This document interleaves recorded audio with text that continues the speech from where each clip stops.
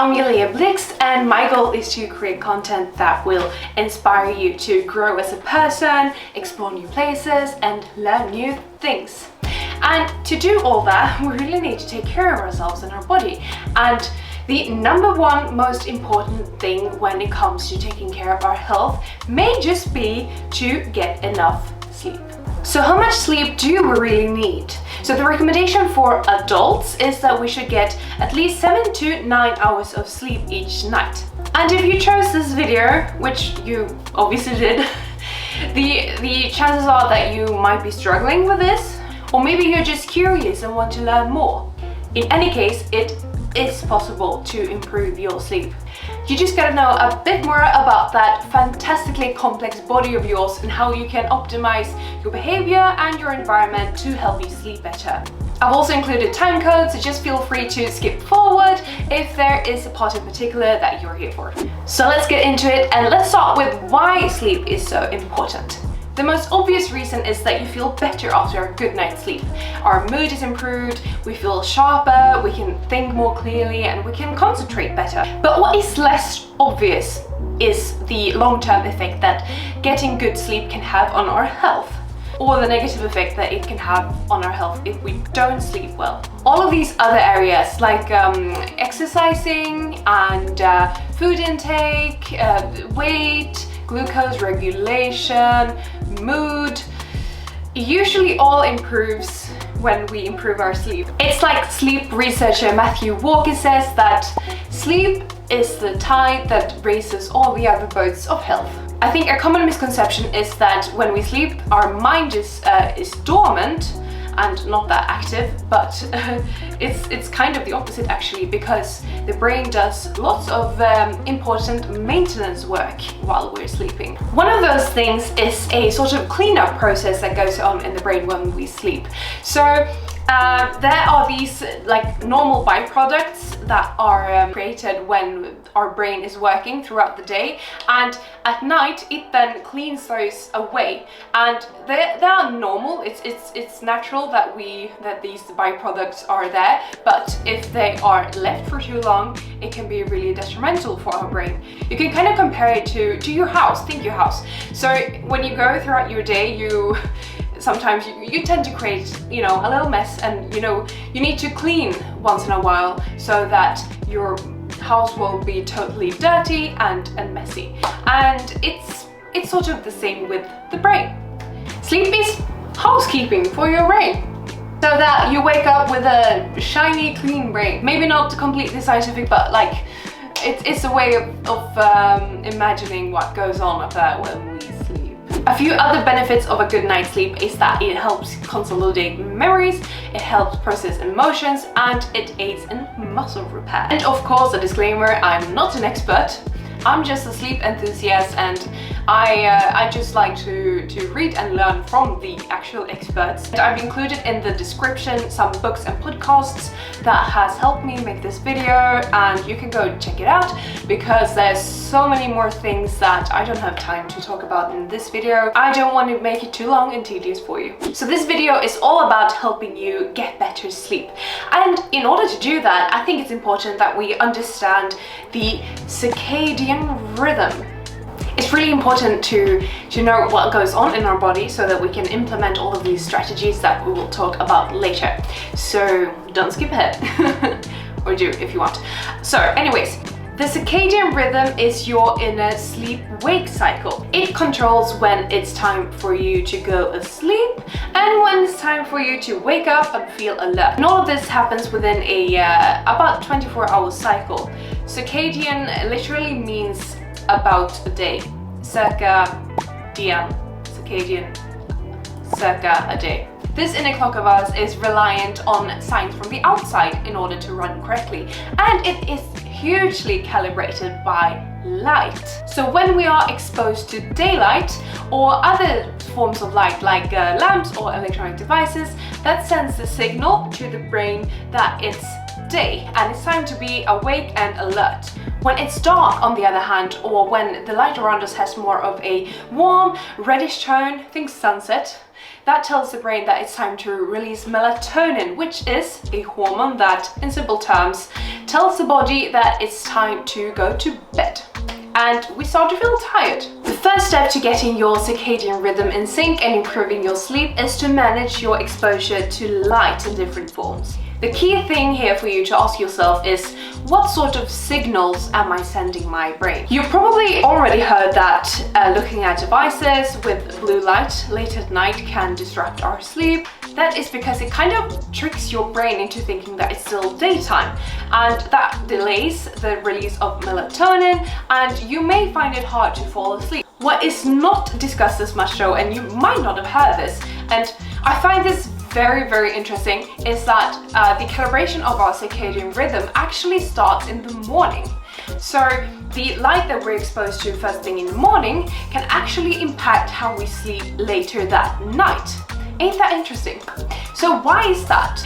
Being exposed to bright lights in the morning kind of like resets our circadian rhythm. It sends this strong signal to the brain that it's morning and it's time to be awake. And since all of this works as a cycle, the brain then knows that like so and so many hours later, it's time to sleep, and you will naturally feel more tired. And as a bonus, being exposed to that really bright morning light, it will also make you a bit less sensitive to artificial lighting in the evening, which, let's be honest, you will inevitably be exposed to, especially the blue tone light from, for example, LED lights or your electronic devices.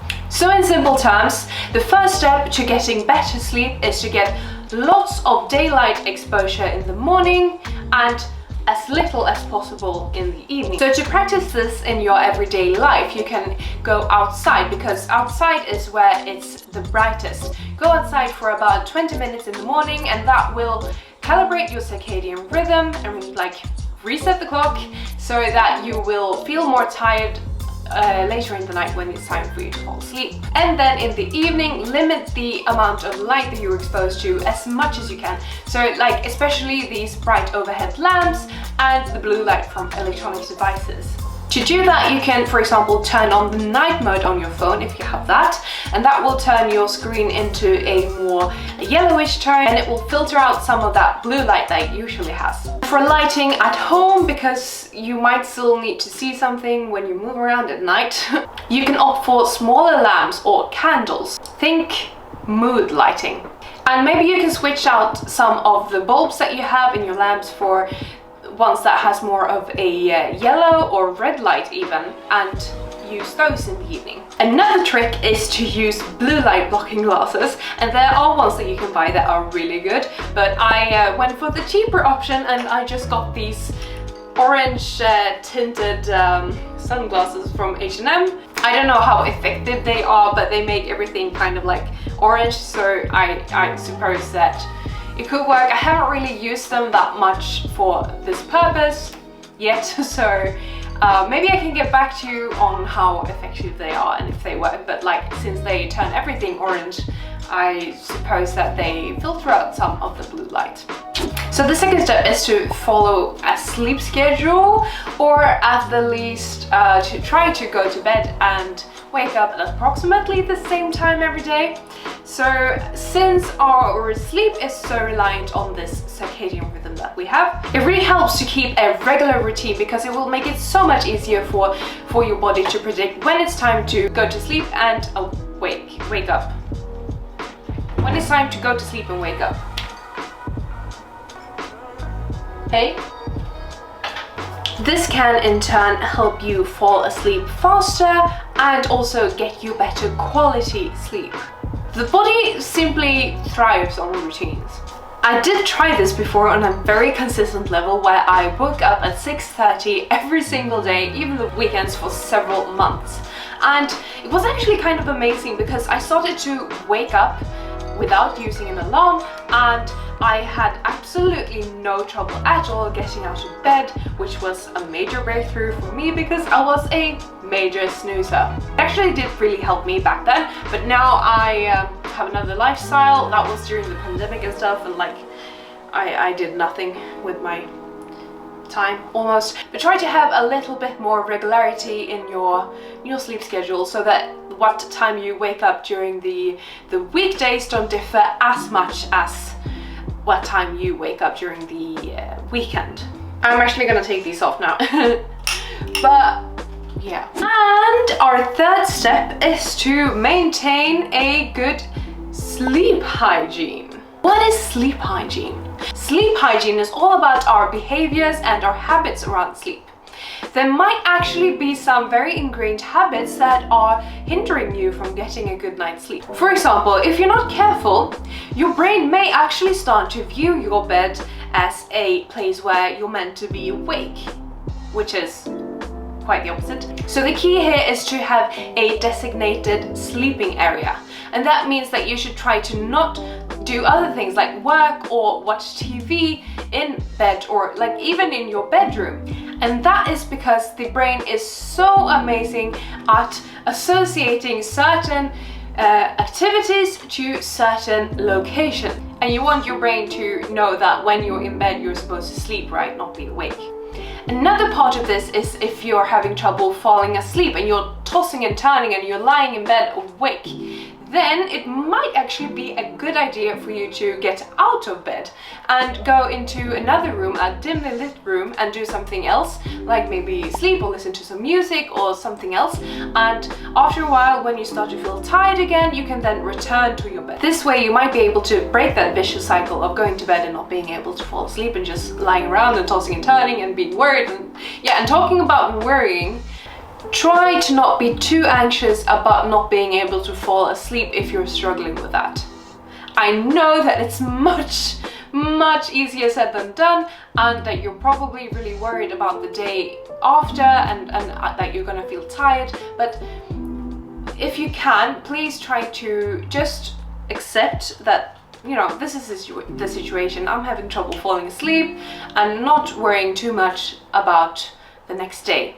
And just do what you can and try to relax. I know that it's so difficult, but try. It is possible, I think. Also try to go to bed at a time when you're actually feeling tired, and don't try to force yourself to fall asleep earlier than your circadian rhythm is prepared for. Instead, maybe suffer a little bit of sleep loss initially and then use these methods that I talked about earlier, and that way gradually advancing your circadian rhythm so that you can fall asleep earlier by getting that early morning daylight and then avoiding the blue light in the afternoon, and that way you can establish a more long-term good sleep routine. Another point here that I would just love to leave out of the conversation, but I simply can't because it's too important, and that is the effect that caffeine can have on our sleep. I just love coffee. It's that gold. It's my life elixir. Okay, maybe I'm a bit dramatic, but I really do love coffee and I'm totally addicted. But the truth is that coffee has this potential to really mess up my sleep, and thus make me even more dependent on it to stay awake during the day. But does that mean that I force myself to stop drinking coffee? No way. So here it is. There are individual differences, but generally speaking, caffeine has a half-life of about 6 hours. And that means that it takes about 6 hours for the body to get rid of half of the caffeine. That means that after 12 hours, a quarter of that caffeine that you drank is still left in your body. This sadly means that our friend caffeine hangs around for a bit longer than we might feel that they're welcome to, and it may negatively impact how well we sleep at night. Even if you don't have any trouble falling asleep, it can still impact the quality of your sleep and how well rested you feel waking up the day after. So if you feel like this is something that affects you, you can try to limit the amount of caffeine that you take in all its different forms in the afternoon. If you're like me and you absolutely love the taste of coffee, you can try decaf. It actually tastes really good. And worth mentioning here is also that eating late can also negatively impact your sleep, as well as exercising late in the evening. The reason for that is that physical activity raises your core body temperature, while sleep actually requires a lower core body temperature. But exercise is still really good, and if, for example, you're working late and you have no other time to exercise except late at night, this sleep researcher that I mentioned earlier, Matthew Walker, he recommends that if you do that, if you have to exercise late at night, you can have a warm bath or a warm shower before bed. This may seem counterproductive maybe, but what that does is that it actually transfers some of that warmth from the core of your body to the skin instead. And while we're on the topic of exercise, sleep and exercise is actually a lovely two-way street. Sleep will give you the energy that you need to make that workout happen, and it will also help you increase the intensity of your workout and then also let you recover properly. And exercise will in turn help you improve your sleep, and to be completely honest, I don't exactly know why. I've forgotten, or I haven't really figured that out, but like the experts, they all say that exercise can improve your sleep, and a bunch of other people says that too, so it's probably right. You can go fact check that if you like. If you find this topic of exercise interesting, then you should definitely check out my latest video as well, where I talk about the many benefits of exercise and how you can establish a sustainable workout routine. And talking about routines, what is your bedtime routine? The reason why I ask is because having a set of habits that you do each night before going to bed will also send the signal to your brain that it's time to sleep. And I think that your bedtime routine should consist of activities that help you wind down and relax. It could be things like reading a book or listening to some music, or having a lovely cup of chamomile tea, for example, burning some lavender oil to things that help you relax. So you can set aside some time in your schedule to help you get ready for bed and wind down in this way, and then make sure that you get in bed on time. Worth mentioning here is that if you, for example, want to get a minimum of 7 hours of sleep each night, you will actually need around like 7.5 hours of sleep opportunity. So sleep and sleep opportunity are different things. So sleep opportunity is, in simple terms, the time that you actually are in bed. So I try to go to bed around like 8 hours before I need to wake up, and that will be my sleep opportunity. And I might not sleep, actually, like actively sleep all that time, but you get it. So the last thing I thought I'd say is that making your room as dark as possible can improve your sleep. My situation is, in a sad way, kind of ideal, because I don't have any windows in my bedroom.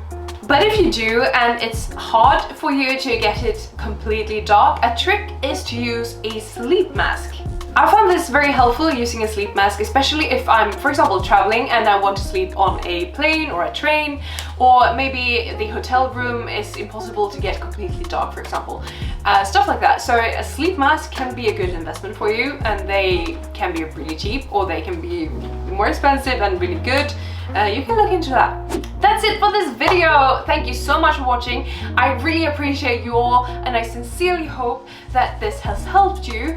And if it did, please leave a like on the video and subscribe to my channel and comment what you thought. All of this really helps me to keep creating content that will hopefully help someone. Bye bye, have a lovely day.